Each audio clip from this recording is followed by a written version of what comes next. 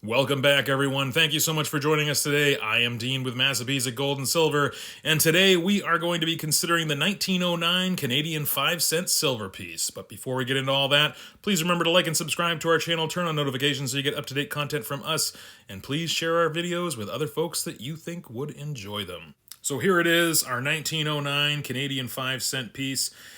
This is truly beautiful, and before we get into all the coin here, I wanted to talk briefly about the obverse. You can see the DES there next to the king's portrait.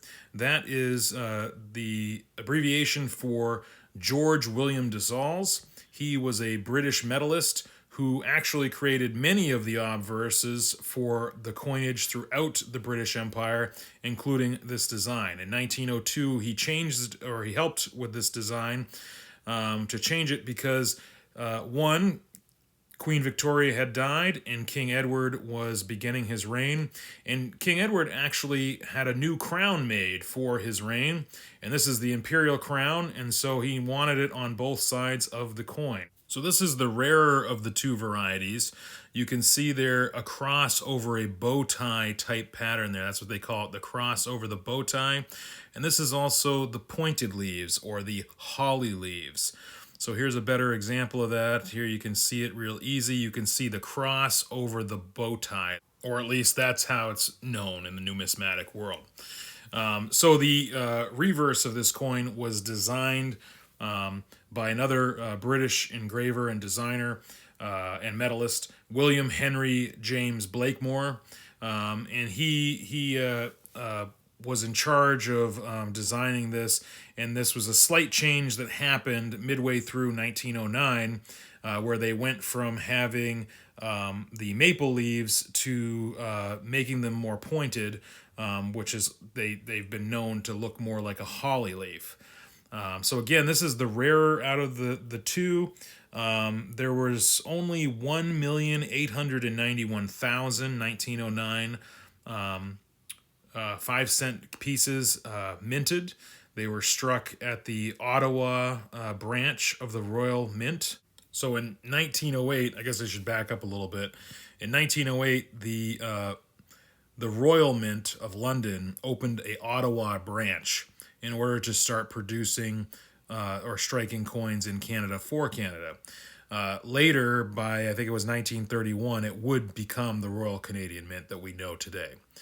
Back to the obverse here, we can see a lot of detail still left in this coin. We can see a lot of luster still within the legends of this coin, and really, truly, just a beautiful example. His livery necklace there, you can see there is a lot of wear and around his ear as well. We're going to talk a little bit more about grading these coins in a minute or two once we see the other coin. This is a AU coin, Belt and Circulated 55 in a PCGS holder. Like I said, I've been waiting a long time to get this coin, and I'm glad I finally did. Now, the next coin I want to show you, also the 1909, but like I said, this was struck earlier in the year of 1909, also at the Ottawa branch or the Royal Mint, and this is the maple leaf variety. There is some noticeable differences here, and we're gonna just right off. You can see the amount of luster that is left in this coin, showing us that this is a mint state coin. I just, I really, this is just one of my favorites. Let's take a closer look here. So same obverse, same, but as you can see, there's a lot more detail, especially in the crown and around his ears. You can see the 8 pearls in his crown as well, those little dots. And then as we move down here, you can really see more detail in those jewels that are in the livery collar. Really, just really a beautiful design, and in this mint state that we can see all the details and no wear whatsoever. There are a lot of little hairlines, and we'll get into that a little later, but we can chat a little bit more about that. But as you can see here, it's a great coin. Let's talk about the reverse. So we have the crown here, And as you can see on the top of the crown, this is known as the bow tie. And really, this is how it was until it was later changed. So you can even see the leaves there are round. There is another variety, which is the cross in the bow tie. That is really rare and is expensive if you were to find one. But it has to have the round leaves. So if it's round leaves with the cross and the bow tie, it's super, super rare. But we don't have that here. We just have the bow tie. And the bow tie design was through 1903 to 1910, I believe. But anyway, so we can see the leaves here. You can see the difference here. This is the pointed leaves. So I'm going to try to show you this. I actually find it easier to see the pointed leaves on these lower leaves. But we'll look around. So this is the pointed leaves. This is the one in the PCGS holder. And let's flip back to the one that's in the NGC holder. This is the round leaves. So you can see how the tips especially are very much rounded. And remember, the rounded leaves are the more common variety for the 1909 5-cent silver piece. But yet, this is still a beautiful example. I know it's kind of hard with this NGC holder being all scratched up. But anyway, so what is the grade on this coin? This is an MS61. And I think it's a appropriately graded coin. And let's talk grade, actually. Let's go back to this AU coin. Let's talk grade. So at first glance, we see that there's a lot of luster still left in this coin, especially in the letters there and the legends, and even around kind of like around his portrait a little bit as well. Even some in the crown, you can see that. Then on the reverse, let's get this the right way. You can see within the leaves, in between the leaves and the legends, especially in the center of the coin, and a little bit around the crown as well. You can see that luster kind of dancing there. But then when you get to the open places in the fields, you can see that the luster is really gone. Let me see if I can do a side-by-side here. You know what? Why don't we back up a little bit? Let's look at the leaves first. Let's look at the difference in the leaves. So here's the round leaves. You can see the round leaves. And now let's look at the pointed leaves. That way, if you ever come across these, you'll be able to see. See how pointed those leaves are? And then see how round these leaves are. You can also notice the luster, too. Look at the luster on this coin compared to the other when you get into the grading aspect. So there's the pointed. Here's the round leaves. Here's the round. There's the pointed. Kind of see them side by side. It's pretty obvious, especially when you have them side by side here, isn't it? The luster as well. You can see much nicer luster on this coin. But again, those pointed leaves, especially the leaves that are just the left of the 1909.